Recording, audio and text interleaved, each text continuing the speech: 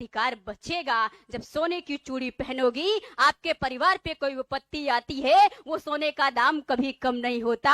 आप उस सोने की चूड़ी को बेचकर अपने परिवार के हालात को सुधार सकती हो।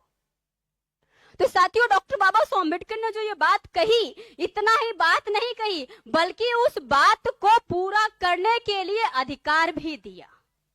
उस बात को आप अपने कैसे इंप्लीमेंट करेंगे, उसके लिए कानून बना के अधिकार देने का काम किया। लेकिन उस अधिकार के विरोध में यही दुश्मन लोग क्या किए, उनका पुतला दिल्ली के रामलीला मैदान में जला दिया। वो अधिकार कौन सा था?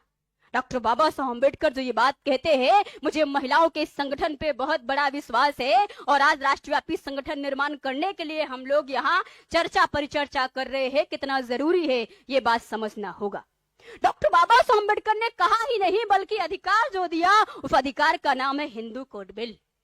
उस अधिकार में महिलाओं को जो बहुत बड़ा अधिकार दिया, उसके बारे में थोड़ा सा चर्चा करती हूँ। सबसे पहले हमारी बेटियों की शादी जो बचपन में होती थी, उन्होंने कहा अब आप किसी बेटी की शादी बचपन में नहीं करेंगे, उसकी उम्र 18 साल होगी, लड़के का उम्र 21 साल होगा, इस उम्र के बाद आप शादी करेंगे। जिन महिलाओं को कमर के ऊपर कपड़ा पहनने का अधिकार नहीं था, उन महिलाओं को coat pant tie suit boot sari पहन करके डीएम कलेक्टर और सांसद विधायक प्रधानमंत्री मुख्यमंत्री बनने का भी अधिकार मिला। जिन महिलाओं की शादियां बचपन में होने के बाद ज्यादा उम्र के लड़के से होती थी, उनका पति मर जाता था तो पत्नी को सती होना पड़ता था, पति कभी सता नहीं होता था। उन्होंने कानून दिया कि अब महिला भी दूसरी शादी कर सकती है।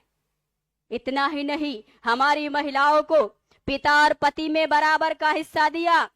हमारी महिलाओं को पिता और पति में बराबर का हिस्सा दिया। जैसे आपने अपनी बेटी की शादी की और शादी में एक बहुत बड़ा दान करते, कौन सा दान? कन्यादान। शादी में महापंडित जी आते हैं, पंडित जी आते हैं और वो क्या करते, संस्कृत में पता नहीं क्या क्या बोलते हैं। हमारी महिलाओं की बहुत बड़ी आस्था होती है, वो बैठती हैं, सर ऊपर नीचे करती हैं, अर्थ नहीं समझ में आता। एक आपको वाक्य बताती हूँ। उस शादी के मंडप में पीले रंग का हमारे यहाँ पीढ़ा कहा जाता है, उसमें दूल्हा दुल्हन बैठते हैं। पंडित जी कहते हैं दूल्हे से कहो मम भार्या समर्पयामि। दूल्हा बड़े गर्व से कहता है मम भार्या समर्पयामि। इसका अर्थ होता है मेरी दुल्हन तुम्हें समर्पित है, ले जाओ। अगर हमारी महिलाओं को पता चले तो वही जो सैंडल वो पैर में पहनती है वो निकाल के शायद मारना शुरू कर देंगे कि ये तो हमें गाली दी जा रही। लेकिन साथियों, वही चीज डॉक्टर बाबा साहब अम्बेडकर ने क्या दिया, पिता पति में बराबर का हिस्सा होगा। जब आप अपनी बेटी की शादी करेंगे, बेटी ससुराल जाए, स्टाम्प पेपर पे लिख करके दे मम्मी और पापा मुझे आपकी संपत्ति में, आपके जमीन और जायदाद में कोई हिस्सा नहीं चाहिए, तभी मम्मी और पापा बेटे को सब दे सकते हैं। नहीं तो आपके लिए कानून है, बेटी और बेटे को बराबर का हिस्सा देना पड़ेगा। हम बेटी को कन्यादान करते हैं, जब बेटी ससुराल जाती है उसके साथ अन्याय अत्याचार होता है तो रिपोर्ट थाने में दर्ज नहीं होती है। चलिए मान लीजिए रिपोर्ट दर्ज भी हो गई, एफआईआर दर्ज भी हो गया, तो न्याय मिलता है क्या? न्याय के नाम पे बेटी की लाश मिलती है, न्याय के नाम पे बेटी जिंदा जलाई जाती है, न्याय के नाम पे हमारी बेटी आत्महत्या कर लेती है। तो न्याय क्यों नहीं मिलता है? एक छोटा सा एग्जाम्पल देना चाहती हूँ। हमारे बहुत सारे साथी मंदिर में पैसे दान करते हैं, आप नहीं करते, अच्छे लोग हैं, बहुत लोग करते हैं। जब वो दान करते हैं तो क्या मांगने जाते हैं? नहीं। क्यों नहीं मांगने जाते? अच्छा चलो आप मांगने गए तो क्या आपको वापस मिलता है? नहीं मिलता। अच्छा नहीं मिला तो क्या रिपोर्ट लिखवाते हैं थाने में? नहीं, क्योंकि आपकी मानसिकता है कि दान की हुई चीज पे हमारा कोई अधिकार नहीं है। जब बेटी का आपने दान कर दिया तो आपका कोई अधिकार नहीं है। जब बेटी को अधिकार देंगे तो बेटियां अधिकारी बनेंगी, और अगर आपने दान किया तो बेटियां जिंदा जलाई जाएंगी। साथियों, इसी संदर्भ में डॉक्टर बाबा साहब अम्बेडकर ने हमारे समाज की महिलाओं को, यानी समस्त भारत की समस्त महिलाओं को, 50% की आधी आबादी की महिलाओं को एक अधिकार दिया। जो महिला शादीशुदा है और सरकारी नौकरी करती है, जब वो गर्भावस्था में आती है उसको 6 महीने की छुट्टी मिलती है, उसका वेतन नहीं काटा जाता है।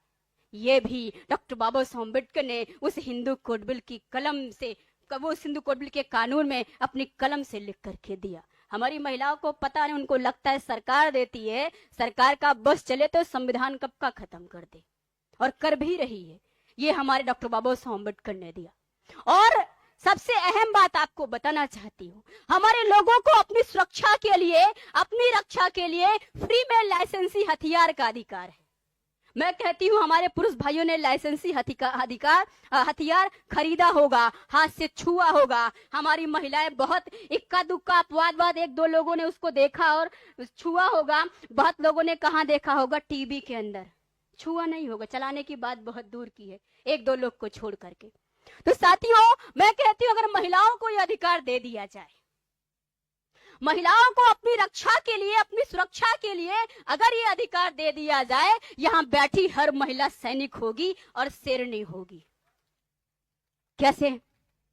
हमारे पास ये मोबाइल फोन है, चलाना नहीं आता था, लेकिन आवश्यकता पड़ी तो हमने चलाना सीखा। इतना ही नहीं, अगर आपको दिया जाए तो गुंडा मवाली हमारे पास आने की जरूरत नहीं करेगा। दूसरी बात यह है कि हमारी महिलाएं वो बंदूक चलाना सीखेंगी, हर घर में सैनिक पैदा होगा। तो इससे क्या होगा?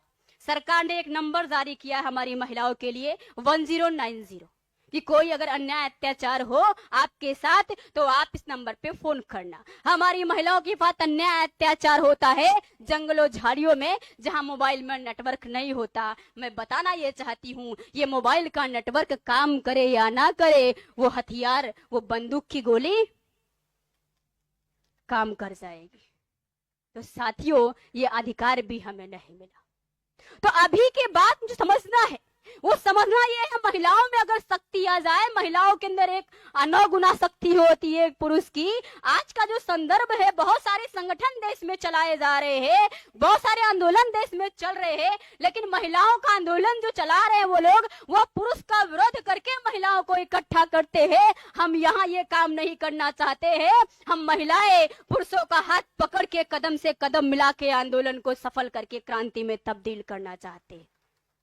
क्रांति और आंदोलन में फर्क होता है। अब यहाँ मेन पॉइंट को आपको समझना होगा। उस समय राधाबाई नाम की एक महिला थी। राधाबाई नाम की महिला को डॉक्टर बाबा साहब अम्बेडकर की जो चिंता थी वो दिखी। उन्होंने पूछा, बाबा साहब अम्बेडकर आप चिंता में क्यों बैठे हैं? डॉक्टर बाबा साहब अम्बेडकर ने कहा, राधाबाई मैंने अधिकारों के लिए जेल भरो आंदोलन की घोषणा की है, लेकिन मुझे चिंता इस बात की है कोई जेल जाएगा कि नहीं जाएगा।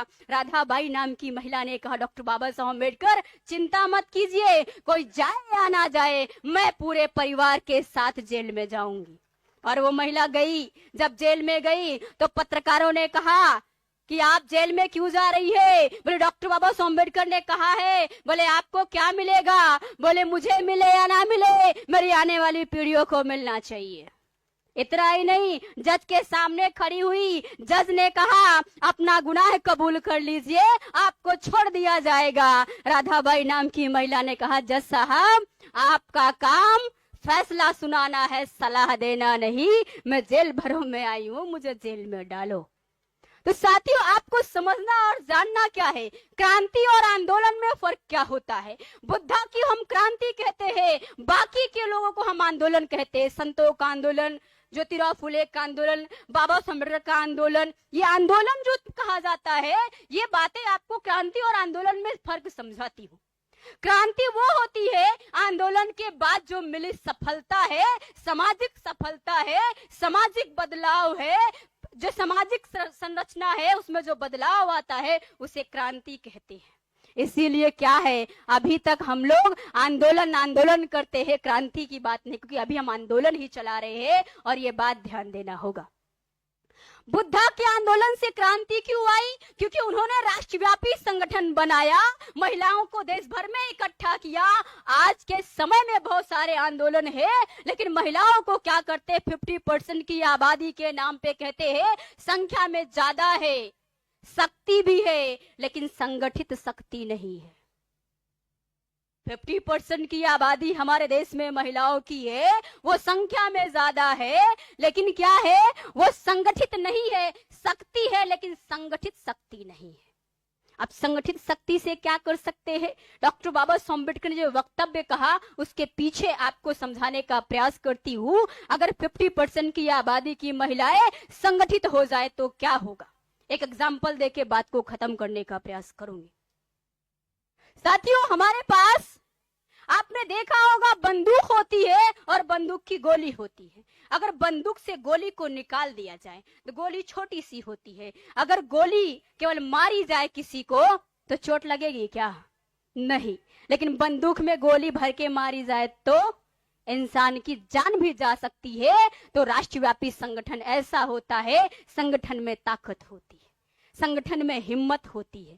इसीलिए राष्ट्रव्यापी संगठन हम इस देश में बनाना चाहते हैं। उसके लिए हम महिलाओं पुरुषों का साथ और सहयोग चाहते हैं, ताकि देश भर में हम महिलाओं के आंदोलन को खड़ा करके उसे क्रांति में तब्दील कर पाए, जब तब जाकर के जाति व्यवस्था नष्ट होगी। बहुत सारे संगठन क्या करते हैं, चलते हैं और संगठन महिलाओं के नाम पे चलते हैं, महिलाओं का कार्यक्रम लगाते हैं, लेकिन जब उस मंच पे किसी महिला को आप नहीं देखेंगे, अगर कोई महिला बोलने भी आती है वो मंच छोड़ के नीचे उतर जाते हैं। ये एक ऐसा मंच है जहां पर हम जैसे छोटी उम्र से लेकर बड़े लोग, यहाँ मेरी माता दादी तुल्य समान लोग बैठे हैं, जिन लोगों को सामाजिक अनुभव बहुत ज्यादा है, जहां से प्रेरणा लेके हम आंदोलन को सफल करके क्रांति में तब्दील कर सकते हैं। तो साथियों, बाबा साहब अम्बेडकर का जो सपना है कि हम लोगों को इस देश में आंदोलन चलाना होगा और आंदोलन चला के क्रांति में तब्दील करना होगा, तभी जा करके हम हमारे आने वाली पीढ़ियों को इस देश में डीएम, कलेक्टर, सांसद, विधायक, डॉक्टर, वकील, प्रोफेसर, इंजीनियर बना सकते हैं। और सामाजिक बदलाव के लिए संगठित शक्ति की जरूरत है। तो आप लोग ऐसा करेंगे, इसी आशा और विश्वास के साथ मैं मेरी यहाँ बात को खत्म करती हूँ। सभी का धन्यवाद। जय मूल निवासी, जय भारत।